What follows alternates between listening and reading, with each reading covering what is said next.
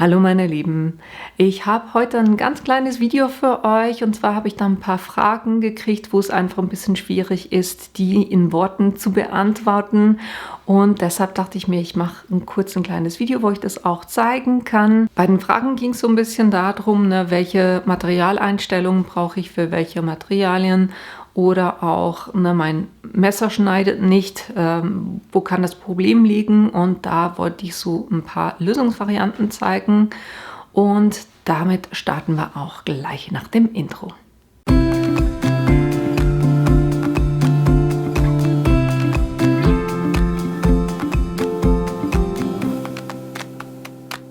Wenn ihr Probleme habt mit dem Schneiden von Materialien, gerade so Cardstock, solche Sachen, ne, das kann viele Ursachen haben und ich zeige euch einfach ein paar Sachen, wo es dran liegen könnte. Das erste ist die Matte. Na, eure Matte sollte auf jeden Fall gut kleben.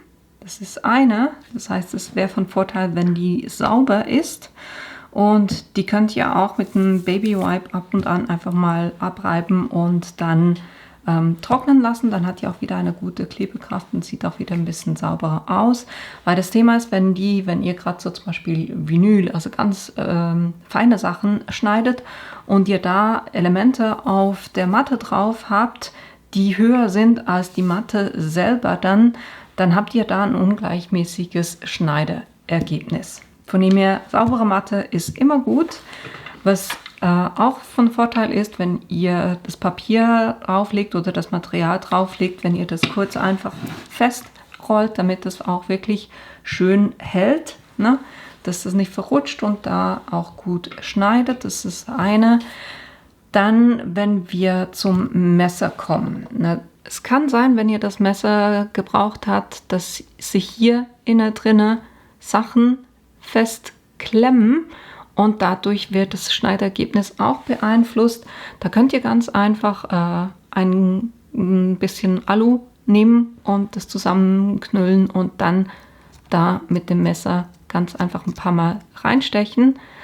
Das ist nicht so, dass es jetzt irgendwie die Klinge schleifen würde, aber es säubert sie, so dass wir hier auch nichts mehr im Weg haben und die Klinge wieder sauber ist.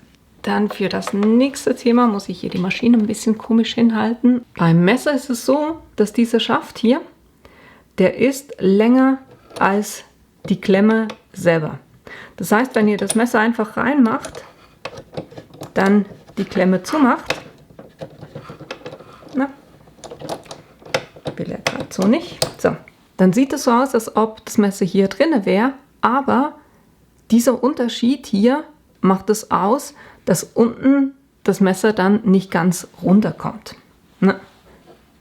Wenn das hier nicht ganz unten ist, dann habt ihr hier unten auch, ist das Messer nicht da, wo es eigentlich sein sollte, sagen wir es mal so. Das heißt, wenn ihr das Messer reingebt, dann müsst ihr wirklich gucken, dass ihr hier oben bei diesem Ring, da wo ich den Daumen habe oder den Nagel vom Daumen habe, hier muss es anschlagen. Also das heißt, ich gebe das jeweils rein und schiebe das so runter, dass das hier auf diesem Metall anschlägt und erst dann mache ich die Klemme zu und dann sitzt es hier wirklich satt in der Halterung drin. Das ist extrem wichtig. Ich weiß, es sind kleinste Millimeter, aber wir arbeiten auch mit sehr dünnem Material und genau das macht es dann aus, dass es eben nicht richtig schneidet. Das war das, was ihr beim Messer gucken müsst. Jetzt habe ich auch die Frage bekommen, ne, woher weiß ich, was für Einstellungen ich beim Material denn wählen muss. Und hier ist es extrem wichtig, dass ihr euer Papier anguckt, weil es ist gängig oder Usus, dass es auf dem Papier immer drauf steht, wie schwer das Papier ist. Na, hier steht 230 Gramm beim Designpapier.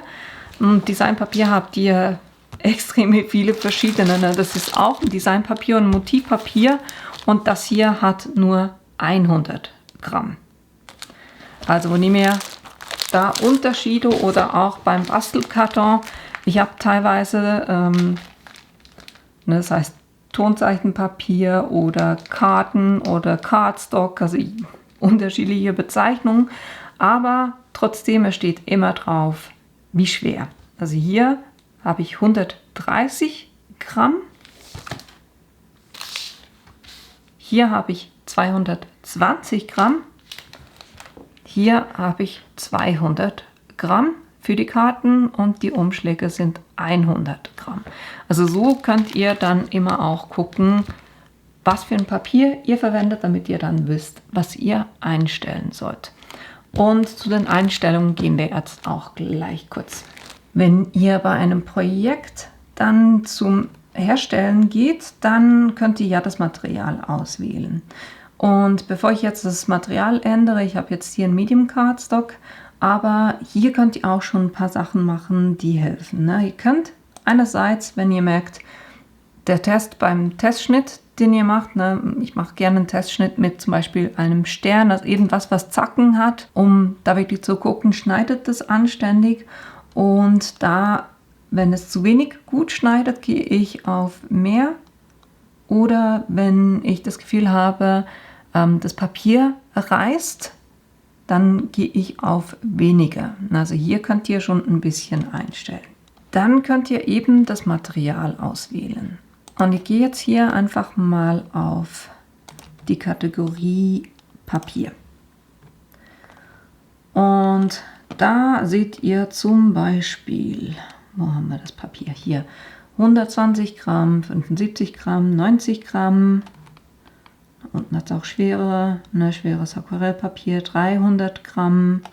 Ich mache das aber in der Regel so, dass ich nicht die verwende, sondern ich gehe in die Materialeinstellungen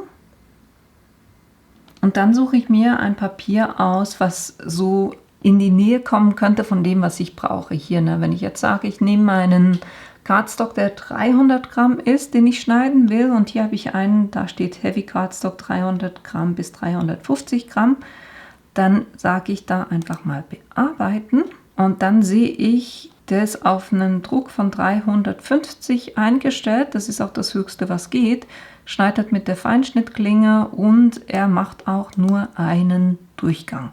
Das merke ich mir jetzt einfach und gehe da ganz runter in der Liste und sage neues Material hinzufügen. Und dann sage ich, damit ich die finde, Frau B. Heavy Cardstock. Dann weiß ich, das ist mein 300 Gramm Cardstock, den ich jeweils verwende. Dann sage ich speichern. Und jetzt lässt er mich das Ganze einstellen und ich gehe jetzt hoch auf die 350, behalte auch die Feinschnittklinge. Und wenn ich jetzt mit dem dann einen Testschnitt mache und das nicht funktioniert, dann würde ich jetzt hier, da ich schon auf dem Maximum bin, auf 2 Schneidedurchgänge gehen, aber dann mit dem Druck ein bisschen runtergehen. Also da müsst ihr das wirklich so ein bisschen ausprobieren mit dem Material, das ihr habt. Die Sachen, die ihr schon zur Verfügung habt, das ist ein guter Startpunkt, aber eben wenn ihr Probleme mit dem Schneiden habt, lohnt es sich auf jeden Fall, dass ihr hier das wirklich anguckt und euch eure eigenen Materialien anlegt, weil dann wisst ihr auch jedes Mal, wenn ihr mit dem Cardstock arbeitet, dass ihr ganz einfach das auswählen könnt und dass es auf jeden Fall auch funktionieren wird. Ne? Das als Tipp. Und es ist auch so, dass wenn ihr auf der Hilfeseite von Cricut da angebt, dass es nicht richtig schneidet, dann empfehlen die auch beim Material, weil jede Maschine ist ein bisschen anders eingestellt, dass sie sagen, wenn ihr zu wenig tief schneidet, geht da einfach mal so 2 Punkte hoch. Ich kann jetzt hier nicht, aber sagen wir, der wäre bei 2,55, dann würde ich hier einfach so 2-3 Mal drauf tippen und es so versuchen. Oder wenn er zu tief schneidet, dann halt einfach 2-3 Punkte weniger tief gehen. Und das macht ihr dann so lange, bis es dann auch richtig funktioniert. Und dann eben speichern, damit ihr das für euch auch zur Verfügung habt. Ich breche das hier ab, weil ich habe das alles schon. Könnt ihr das Fenster schließen. Und eure eigenen Materialien, die findet ihr, wenn ihr auf Materialien durchstöbern geht, gibt es eine Kategorie, die heißt Meine Materialien. Und da findet ihr dann auch alles, was ihr da eingestellt habt. Ich mache das in der Regel so eben, dass ich die Grammangaben mache, aber auch den Schneiderdruck. Das gibt mir jeweils auch einen guten Hinweis, mit wie viel Druck der arbeiten wird. Und ihr könnt das natürlich auch favorisieren, damit ihr das dann vorne auch auf der Auswahlseite habt. Wenn das jetzt alles nichts nützt und euer Messer, selbst wenn ihr das macht, einfach nicht durch den Cardstock durchschneiden will, eben wie gesagt, das eine ist, dass ihr einstellt, nicht nur einen Schneidedurchgang, sondern 2. Aber das ist in der Regel eigentlich bei einem Papier erst nötig, wenn es so, sagen wir mal, 270 Gramm, so 250 bis 350, bei denen würde ich schon 2 Durchgänge machen oder auch wenn es Glitzer-Cardstock ist. Aber alles drunter sollte eigentlich möglich sein, dass ihr das mit einem Durchgang schneiden könnt. 2 weitere Möglichkeiten sind, wenn ihr hier auf der Startseite seid, dann habt ihr einerseits Kalibrierung. Das heißt, wenn ihr merkt irgendwo zum Beispiel das Knife Blade schneidet nicht richtig oder drucken dann schneiden, das schneidet nicht wirklich da, wo es schneiden soll oder eben die Schnittpräzision des Schneiderades ist nicht richtig, dann könnt ihr hier eine Kalibrierung durchführen. Das ist was auch empfohlen wird. Und das andere ist, dass ihr die Firmware aktualisiert, weil wenn es wirklich einfach nicht richtig schneidet, kann es auch sein, dass irgendwas mit der Software nicht so ganz stimmt. Dann würde ich hier einfach die Firmware aktualisieren. Eventuell hilft das weiter. Und wenn das alles nichts genutzt hat, was ich euch hier erzählt habe, dann gibt es eben auch die Cricut-Seite, die www.cricut.com. Dann könnt ihr hier auf die Sprache gehen und dann fragt es euch, in welchem Land. Dann sage ich Deutschland, weil Schweiz ist nicht hier aufgeführt.